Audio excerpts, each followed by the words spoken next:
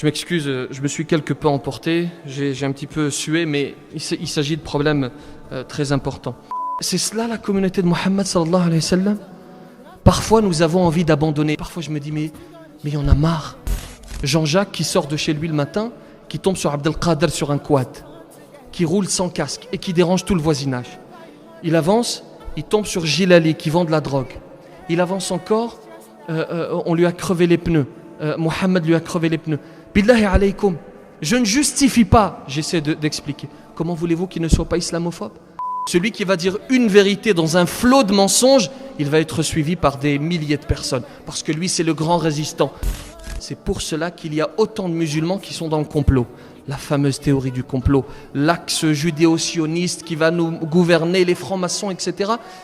D'ailleurs, ces images vont se retrouver sur Internet et vous verrez que l'on dira dans les commentaires, oui, c'est un imam aussi vendu, il est avec eux, il est dans le complot.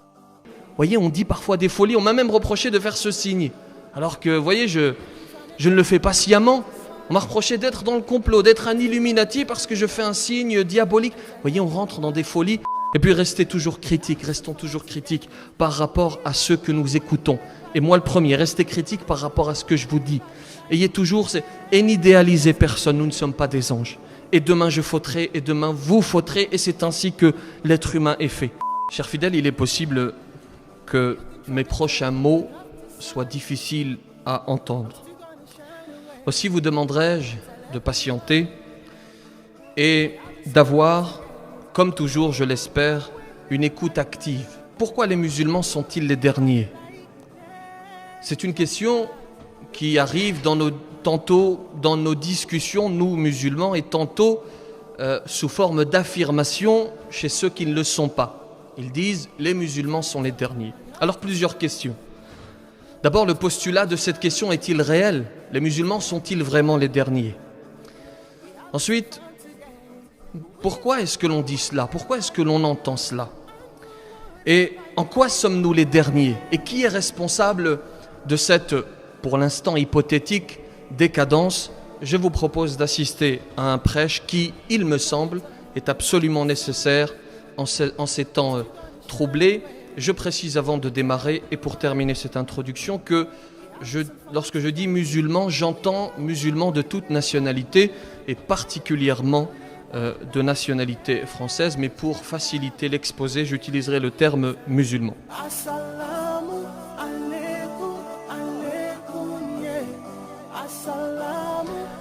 Dieu dit dans le Coran, الله يعلم ما تحمل كل أنثى وما تغيض الأرحام وما تزداد وكل شيء عنده بمقدار عالم الغيب والشهادة الكبير المتعال سواء منكم من أسر القول ومن جهر به ومن هو مستخف في الليل وسارب بالنهار له معقبات من بين يديه ومن خلفه يحفظونه من أمر الله إن الله لا يغير ما بقوم حتى يغيروا ما بأنفسهم وإذا أراد الله بقوم سوءا فلا مرد له وما لهم من دونه من وال. Lorsque la conscience que l'humain a de lui-même devient surdimensionnée, autrement dit, lorsque son ego dépasse la mesure, se produit une réaction en chaîne négative. Orgueil, auto-tromperie, auto-mensonge et donc refus de remise en question. Oui, c'est ainsi que nous sommes faits, c'est ainsi que l'humain est fait. Il a souvent du mal à questionner ses contradictions. Et lorsque l'on évoque les problématiques liées aux musulmans, lorsque l'on s'intéresse à cela, nous avons tendance à simplifier nos conclusions.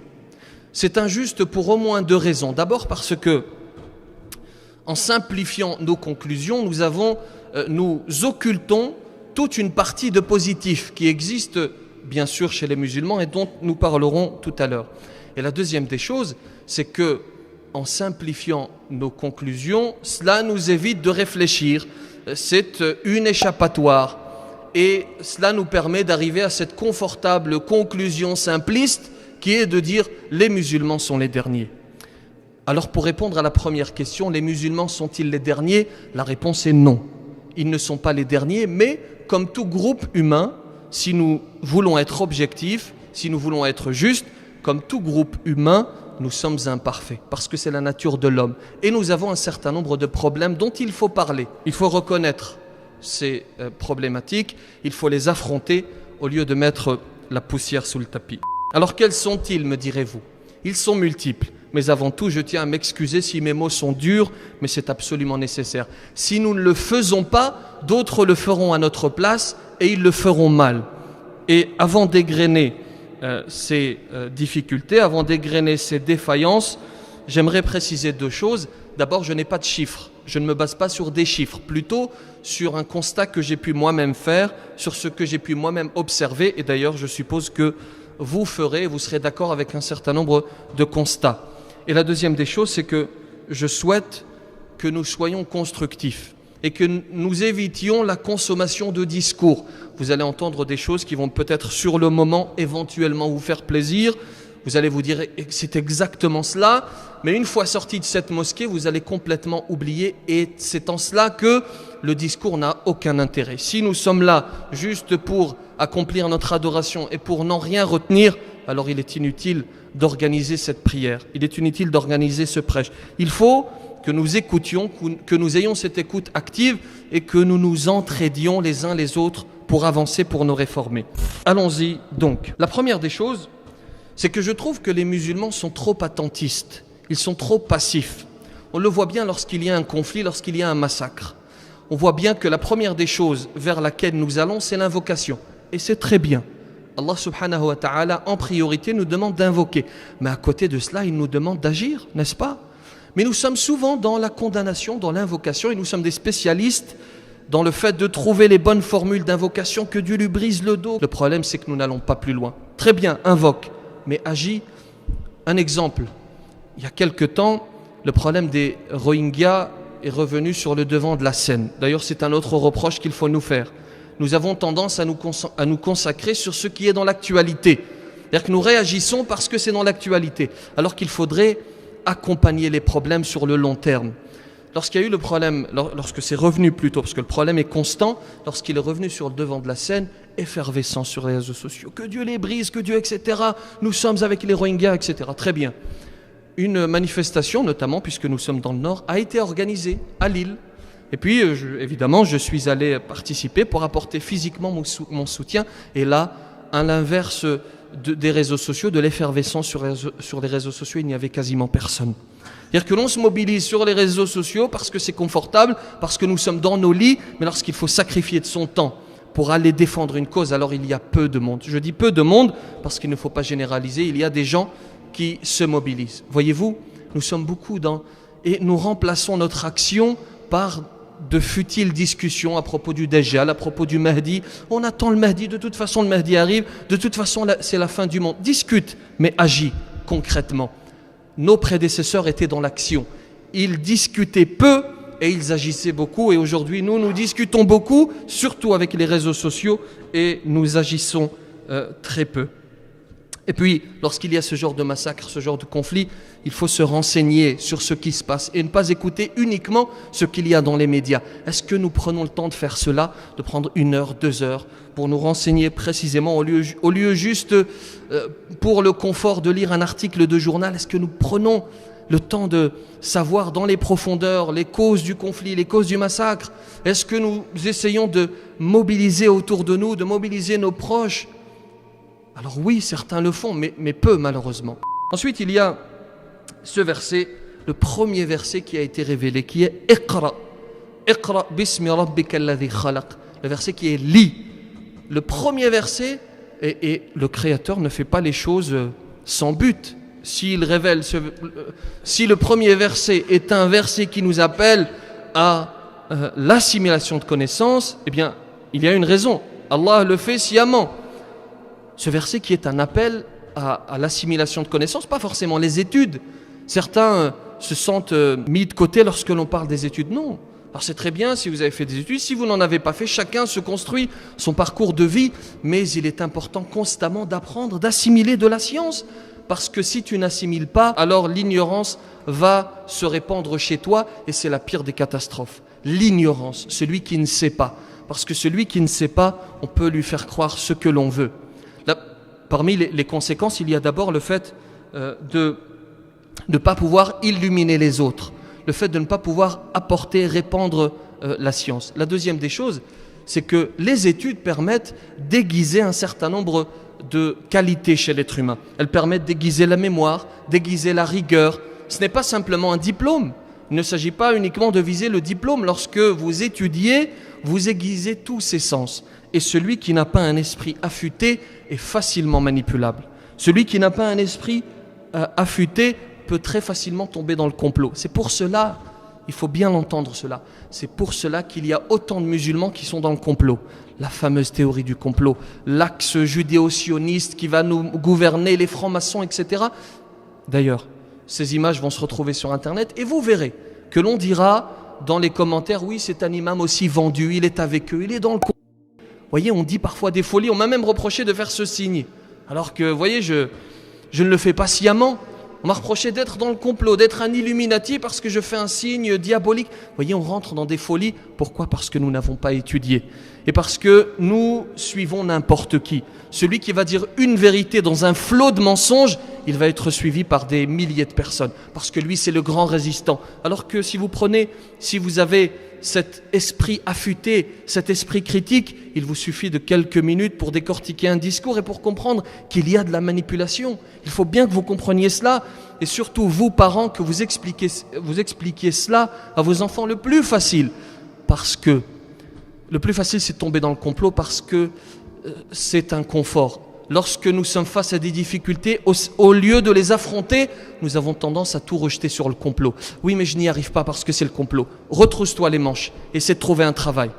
Et arrêtons, et je m'adresse à moi d'abord, arrêtons de nous trouver des excuses. Et puis restons toujours critiques par rapport à ceux que nous écoutons. Et moi le premier, restez critiques par rapport à ce que je vous dis. Ayez toujours, et n'idéalisez personne, nous ne sommes pas des anges. Et demain je fauterai, et demain vous fauterez, et c'est ainsi que l'être humain est fait. Il y a aussi un grand chapitre. Je vais évoquer quelques-unes de ces caractéristiques de ce chapitre, mais c'est un très grand point, le comportement. Je précise d'abord qu'on a tendance à dire oui, mais ça fait longtemps qu'on parle du comportement, tous les prêcheurs en parlent, certes. Mais il ne faut pas oublier que c'est ainsi que l'être humain, demain, va être bon, puis il va fauter. C'est ainsi, le mauvais comportement sera toujours présent partout. Et c'est pour cela qu'il est de notre rôle d'appeler les gens, de rappeler les gens. Lorsque Dieu dit « وَذَكِّرْ فَإِنَّ الذِّكْرَ تَنْفَعُ الْمُؤْمِنِينَ » et rappelle parce que le rappel profite aux croyants. Le prophète sallallahu alayhi wa sallam dit dans la fin d'une tradition prophétique وَخَالِقِ النَّاسَ بِخُلُقٍ حَسَنٍ et présente-toi aux gens avec un bon comportement. Il est clair, et c'est un constat que vous faites certainement, il est clair que chez nous, il faut le reconnaître, il y a un manque de discipline patent. Il suffit d'aller dans nos pays d'origine, d'aller au Maghreb, et vous le voyez. Lorsqu'il faut faire la file d'attente, les files se font ainsi, elles se font ainsi, n'est-ce pas ? N'est-ce pas la réalité ? Lorsque vous êtes au feu rouge, et qu'avant même que le feu ne passe au vert, on klaxonne, et on vous demande de passer.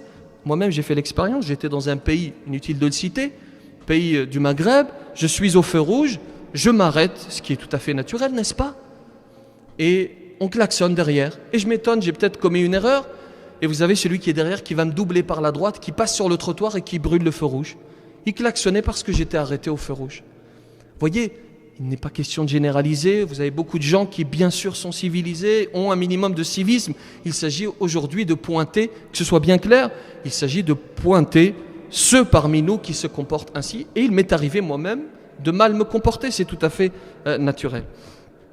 Alors que, lorsque l'on regarde les actes d'adoration, Allah subhanahu wa ta'ala nous appelle à la discipline. Nous allons prier dans quelques minutes. Lorsque nous prions, nous nous mettons en rang, n'est-ce pas? Nous prions tous ensemble, nous prions à des heures bien déterminées. Lorsque nous jeûnons tous ensemble, nous rompons notre jeûne tous ensemble. Allah nous appelle dans ses adorations à la discipline pour nous dire « votre vie doit être disciplinée ». Vous avez aussi la circulation. Parfois c'est une catastrophe et j'ai déjà cité cela, mais j'ai dit tout à l'heure « وَذَكِّرْ فَإِنَّ الذِّكْرَ تَنْفَعُ الْمُؤْمِنِينَ » et rappelle, parce que le rappel profite aux croyants. Vous avez d'abord les gens qui se garent, et notamment devant les mosquées, qui viennent s'élever spirituellement, n'est-ce pas? Nous venons dans cette mosquée pour nous rapprocher d'Allah. Et avant de rentrer dans la mosquée, nous garons nos voitures n'importe comment et nous la mettons devant le garage des voisins. Et ça arrive, et vous avez dans toutes les mosquées, la voiture, la Clio, numéro, veuillez la déplacer, n'est-ce pas? J'étais dans le sud de la France pour une conférence et le président me raconte la catastrophe. Il me dit une fois, il y a un frère qui a garé sa voiture en face du garage d'une voisine. La voisine, c'était le vendredi, la voisine très gentiment, alors qu'elle aurait pu se mettre en colère, très gentiment, elle est venue voir l'un des responsables de la mosquée pour lui dire « S'il vous plaît, est-ce que vous pouvez faire un appel ?» Et le responsable de la mosquée l'accueille avec l'insulte. Alors qu'il est responsable, il lui dit « Mais je ne vais pas citer ce qu'il a dit, l'insulte. Billahi alaykum, comment voulez-vous que celle-ci apprécie les musulmans, que cette femme apprécie? L'image qu'elle en a, c'est l'image que donne ce responsable de mosquée. Fort heureusement, il a été licencié, il a été remercié, c'est-à-dire licencié par la suite. Vous avez aussi cette fameuse scène. Vous circulez, ça m'est arrivé personnellement, peut-être que vous aussi, vous circulez et vous avez deux voitures qui s'arrêtent. Et puis ils commencent à discuter. Je dis pas que il s'agit que de musulmans, je dis que parmi ces gens-là, il y a des musulmans. Deux voitures qui s'arrêtent, ils ouvrent les fenêtres et ils se mettent à discuter. Alors que vous avez des gens des deux côtés, des ambulances, des gens qui sont en retard, qui doivent aller au travail. Est-ce que c'est acceptable cela? Vous avez aussi certains de nos jeunes dans les quartiers, et il faut le dire avec force, qui sont dans la vente de substances illicites, qui sont dans la vente de drogue.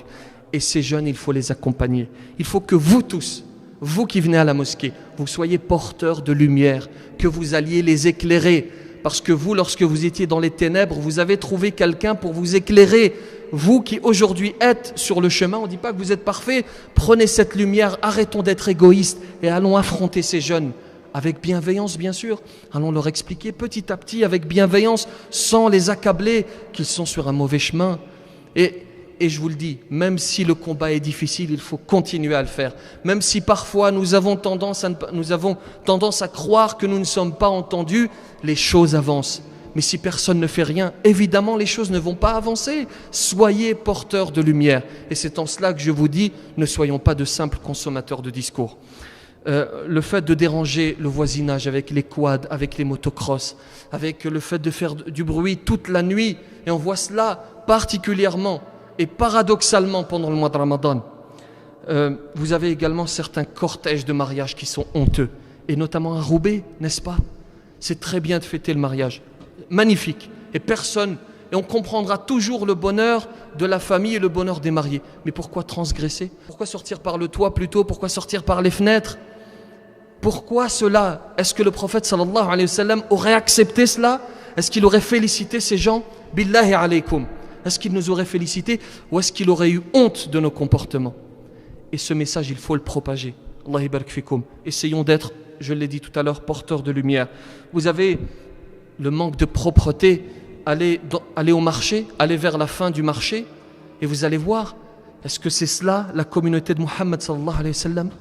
Lorsque le prophète sallallahu alayhi wa sallam nous appelle à la propreté, lorsqu'il dit an-nadhafatu min al-iman, la propreté fait partie de la foi. Et vous allez au marché, pire que cela, vous allez à Muzdalifa, au Hajj, le 5e pilier de l'islam, et vous voyez que c'est une catastrophe et que c'est cela la communauté de Muhammad sallallahu alayhi wa sallam. Parfois nous avons envie d'abandonner. Cette année j'y étais encore, et parfois je me dis mais il y en a marre.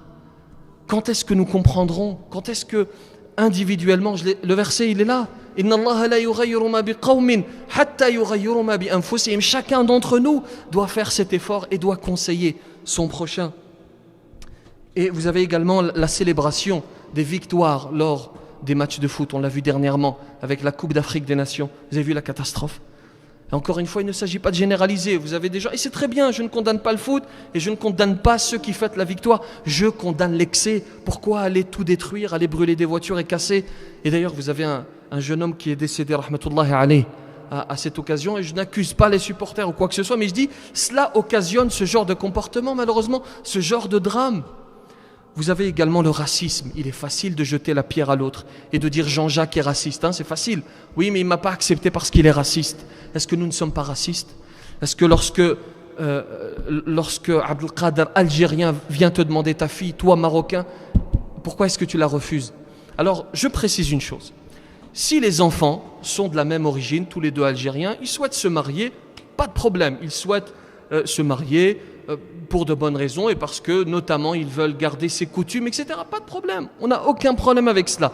Le problème, c'est lorsque deux musulmans veulent se marier, un Algérien et une Marocaine par exemple, et que les parents s'opposent à cause de l'origine. Ça, c'est un problème. Et vous avez beau dire ce que vous souhaitez, c'est du racisme. Non, c'est pour respecter les cultures. C'est du racisme.